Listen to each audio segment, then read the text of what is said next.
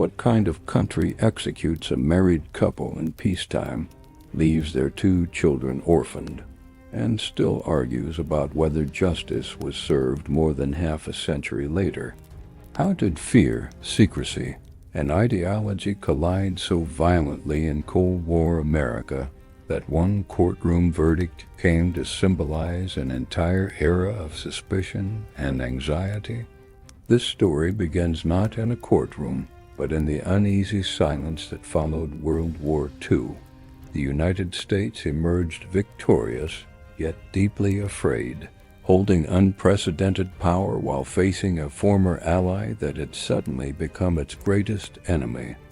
To understand the Rosenberg case, we must first understand the America that produced it, an America gripped by Cold War fear, nuclear dread, and a growing belief that the greatest danger was no longer overseas, but hidden within. In the late 1940s, the United States stood at a crossroads.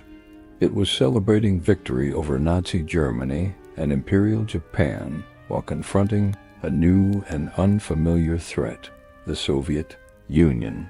Its communist ideology challenged American capitalism, democracy, and global influence.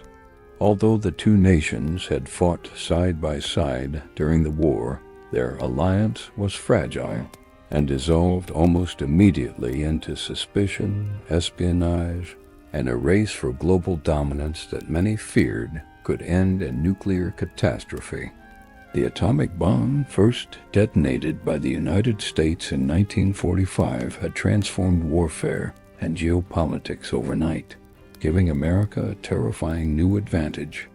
For a brief moment, policymakers believed this monopoly would last for years, perhaps decades. But that illusion shattered in August 1949, when the Soviet Union successfully tested its own atomic bomb. The news, confirmed by American intelligence, was a shock to the national psyche. The nuclear balance had arrived far sooner than expected. Almost immediately, one question echoed through Washington and across the country. How did the Soviets get the bomb so fast? The answer many feared was espionage. Not scientific progress alone, but betrayal from within. This fear didn't emerge in a vacuum. The post-war years were already marked by growing anxiety about communist influence at home, fueled by real geopolitical tensions, sensational media, and political opportunism. Congressional committees investigated alleged subversion. Loyalty programs scrutinized government employees, and accusations alone were often enough to destroy careers and reputations. The House Un-American Activities Committee held widely publicized hearings, while figures like Senator Joseph McCarthy rose to prominence by claiming, often without evidence, that communists had infiltrated the highest levels of government. This created an atmosphere where fear thrived and skepticism was treated as disloyalty.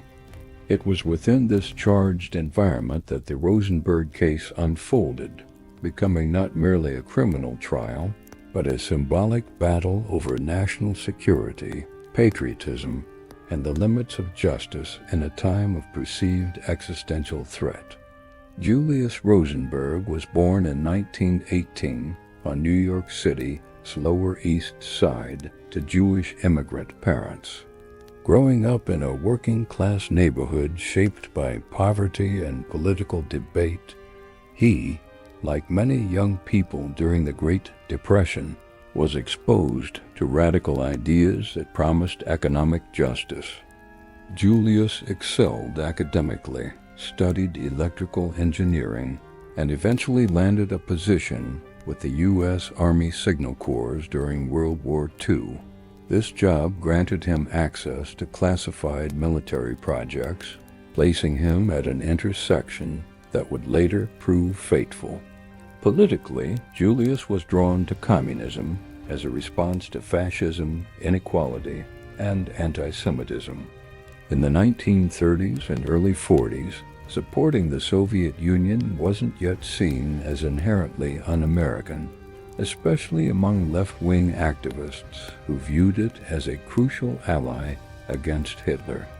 Ethel Greenglass, born in 1915, also grew up in a working-class Jewish family in New York. The economic hardships of the Depression shaped her political consciousness and her involvement in labor activism, including organizing strikes. She aspired to be an actress or singer, but financial necessity limited her opportunities. For many women of her era, political engagement was one of the few arenas where their voices could be heard. When Julius and Ethel married in 1939, they formed a partnership rooted in shared beliefs.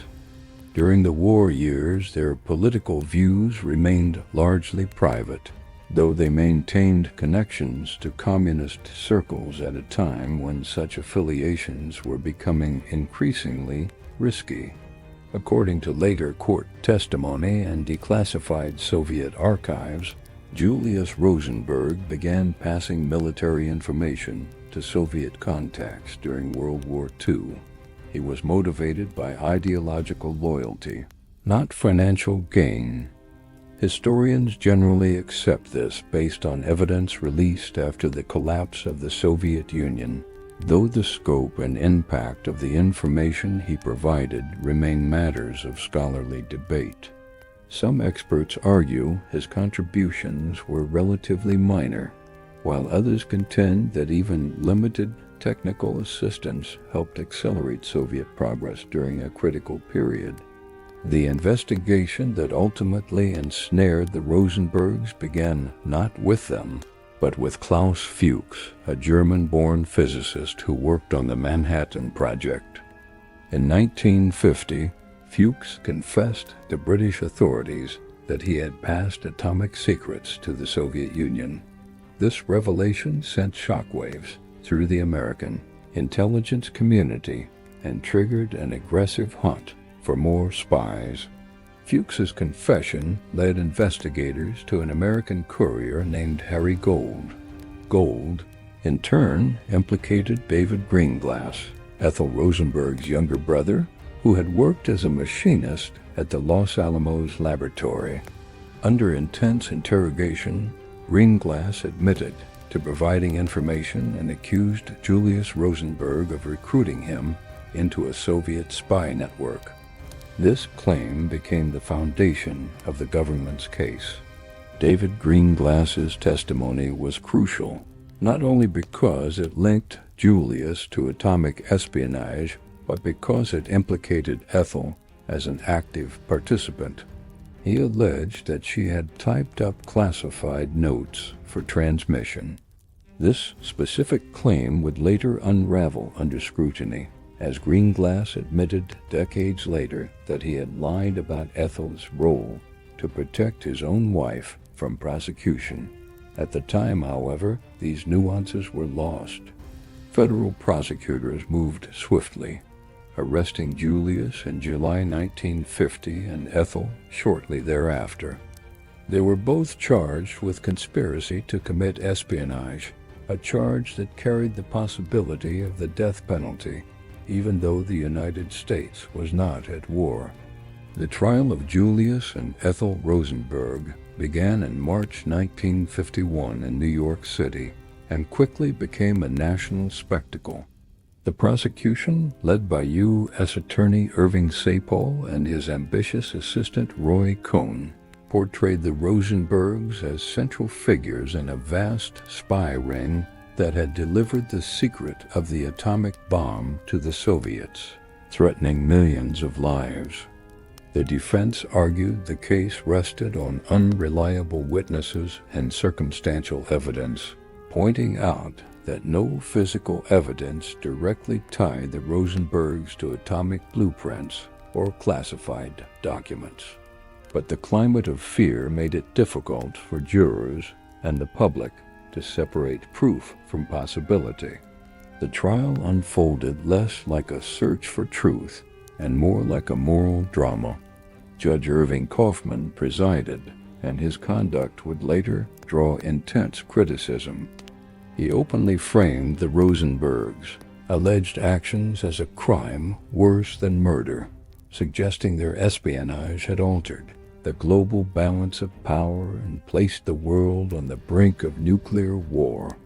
After less than a day of deliberation, the jury returned guilty verdicts for both Julius and Ethel.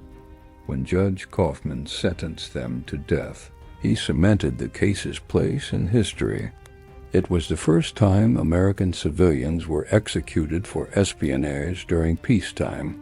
The decision stunned many observers and ignited protests around the world. Supporters of the sentence argued the punishment reflected the gravity of the crime. Critics insisted the death penalty was grossly disproportionate, especially for Ethel, where the evidence of direct involvement was weak and dependent on testimony later proven to be false. As appeals moved through the courts, the Rosenberg case became a global cause célèbre. There were demonstrations in Europe, petitions signed by prominent intellectuals and scientists, and appeals for clemency reaching President Dwight D. Eisenhower. He ultimately refused to intervene, stating that mercy would undermine national security. On June 19, 1953, Julius and Ethel Rosenberg were executed in the electric chair at Sing Sing prison.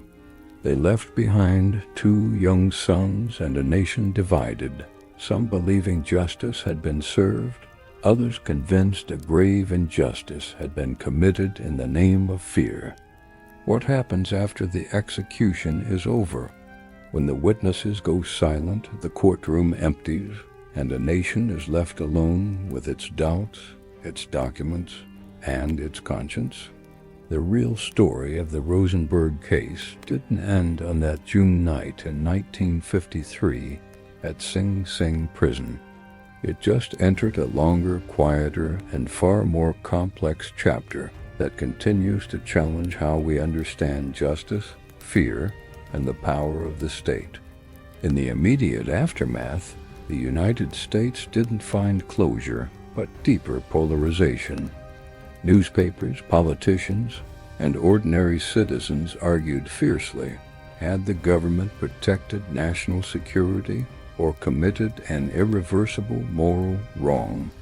This division mirrored a profound uncertainty about the Cold War itself, a conflict defined not by battlefields, but by secrecy, suspicion, and the constant threat of annihilation. Supporters of the verdict insisted the Rosenbergs had betrayed their country at the most dangerous moment in human history. Critics, however, argued the death sentences, especially for Ethel, were driven by hysteria, ambition, and a political climate that rewarded toughness over fairness. Internationally, the reaction was explosive. Protests erupted across Europe and Latin America. Artists and intellectuals condemned the executions as barbaric. America's moral authority was questioned by allies and adversaries alike. The Soviet Union seized on the case as proof of American hypocrisy, painting the Rosenbergs as martyrs to anti-communist repression. This complicated youth's efforts to present itself as the global champion of freedom. Inside the United States, the Rosenberg case became tangled with McCarthyism. This was a time of aggressive investigations into alleged communist influence, loyalty oaths, blacklists, and public accusations that often relied on rumor instead of evidence. Although Senator McCarthy wasn't directly involved in the trial, the same atmosphere of fear shaped public perception, making it difficult for dissenting voices to be heard without being labeled unpatriotic. Legal scholars now point out that the trial happened when due process was under extraordinary strain. Courts faced intense pressure to deliver decisive outcomes to reassure a frightened public. Prosecutors were rewarded for securing convictions, not for exercising restraint, a dynamic that would later prompt a widespread reevaluation of Cold War justice. One of the most troubling aspects was the testimony from cooperating witnesses, especially David Greenglass, Ethel's brother. His statements were central to the prosecution, yet deeply compromised by self-interest. He faced severe punishment himself and received a much lighter sentence after testifying against his sister and brother-in-law. Decades later, Greenglass openly admitted that he had lied on the stand about Ethel's actions. He confessed he had falsely claimed she typed up the atomic notes. This admission profoundly altered historical assessments of her guilt and raised uncomfortable questions about whether the government knowingly allowed perjured testimony to secure a death sentence. As the years passed, the case refused to fade. The sons of Julius and Ethel Rosenberg, Michael and Robert Meeropol, grew into vocal advocates for their parents' exoneration. They dedicated their lives to challenging the narrative that had condemned their family, arguing that even if Julius had engaged in espionage, executing both parents was a moral failure of the American justice system. Their efforts gained momentum in the 1970s and accelerated after the Cold War ended. The gradual declassification of government records allowed historians to revisit the case with fresh eyes, looking at FBI files, court transcripts, and secret intelligence communications. One of the most significant revelations came with the release of the Venona transcripts. These were decrypted Soviet intelligence cables from World War II. They confirmed that Julius Rosenberg was indeed involved in Soviet espionage under the codename Liberal, providing strong evidence that he passed military information to the Soviets.